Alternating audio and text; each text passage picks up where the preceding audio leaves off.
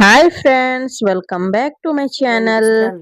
ఎక్కువ మసాలా లేకుండా simple, easy, క్విక్గా అయిపోయే ఆలు కర్రీని ఈరోజు నేను మీతో షేర్ చేసుకుంటున్నాను. మా ఛానల్ని మొదటిసారి చూసినట్లయితే తప్పకుండా సబ్స్క్రైబ్ చేసుకోండి. రండి చూద్దామా ఈ ఆలు కర్రీ తయారు చేసే ప్రాసెస్.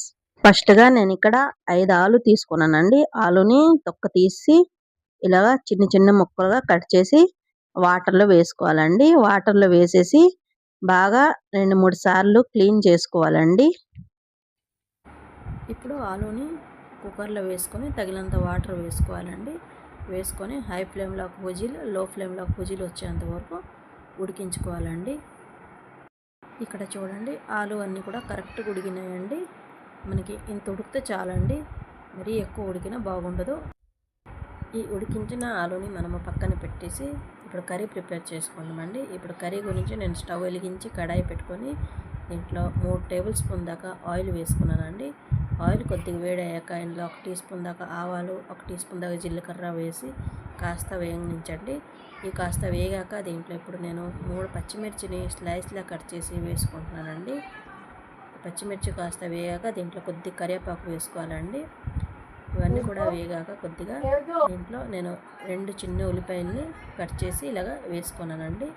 ఉల్లిపాయలు తొందరగా వేగడానికి దీంట్లో కొద్దిగా సాల్ట్ వేసుకున్నానండి. సాల్ట్ వేస్తే ఉల్లిపాయలు తొందరగా వేగిపోతాయి. ఇవన్నీ కూడా ఒక 2 నిమిషాలు వేగాక ఒక మీడియం సైజ్ టమాటాని చిన్న చిన్న ముక్కలు కట్ చేసి వేసుకున్నానండి.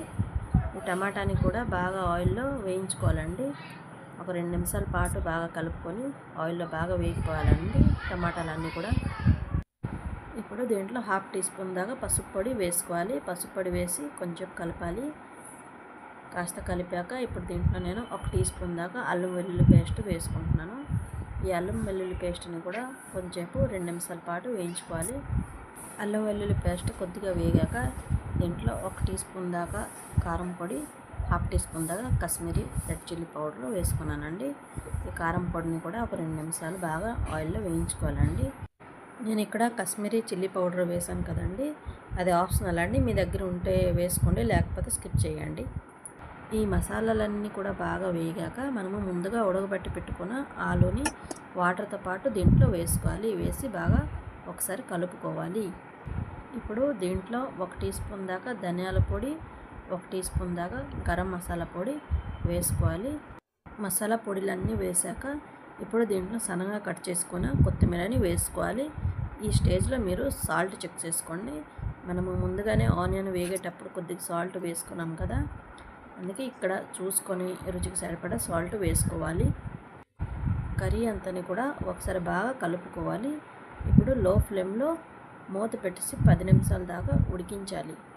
10 నిమిషాల తర్వాత చూస్తే మన ఆలు కర్రీ ప్రిపేర్ అయిపోయిందండి. ఇప్పుడు మనము గరిటెతో కొన్ని ఆలుని ప్రెస్ చేయాలండి. అన్ని ఆలుని ప్రెస్ చేయకూడదు, కొన్ని ప్రెస్ చేయాలండి. ఇలా ప్రెస్ చేస్తే మన ఆలు కర్రీది గ్రేవీ అనేది థిక్గా వస్తుందండి. అంతేనండి, మన ఈజీ అండ్ సింపుల్ ఆలు గ్రేవీ ప్రిపేర్ అయిపోయిందండి. ఈ ఆలు గ్రేవీ మీరు రైస్తో, చపాతీతో, రోటీతో, పూరీతో, దోశతో దేంట్లో అయినా తినొచ్చండి. చాలా బాగుంటుందండి, ఫాస్ట్గా కూడా అయిపోతుంది. ఇంకా మా రెసిపీ నచ్చితే మా ఛానల్ని సబ్స్క్రైబ్ చేసుకోండి, లైక్ చేయండి, మీ ఫ్యామిలీ ఫ్రెండ్స్తో షేర్ చేసుకోండి.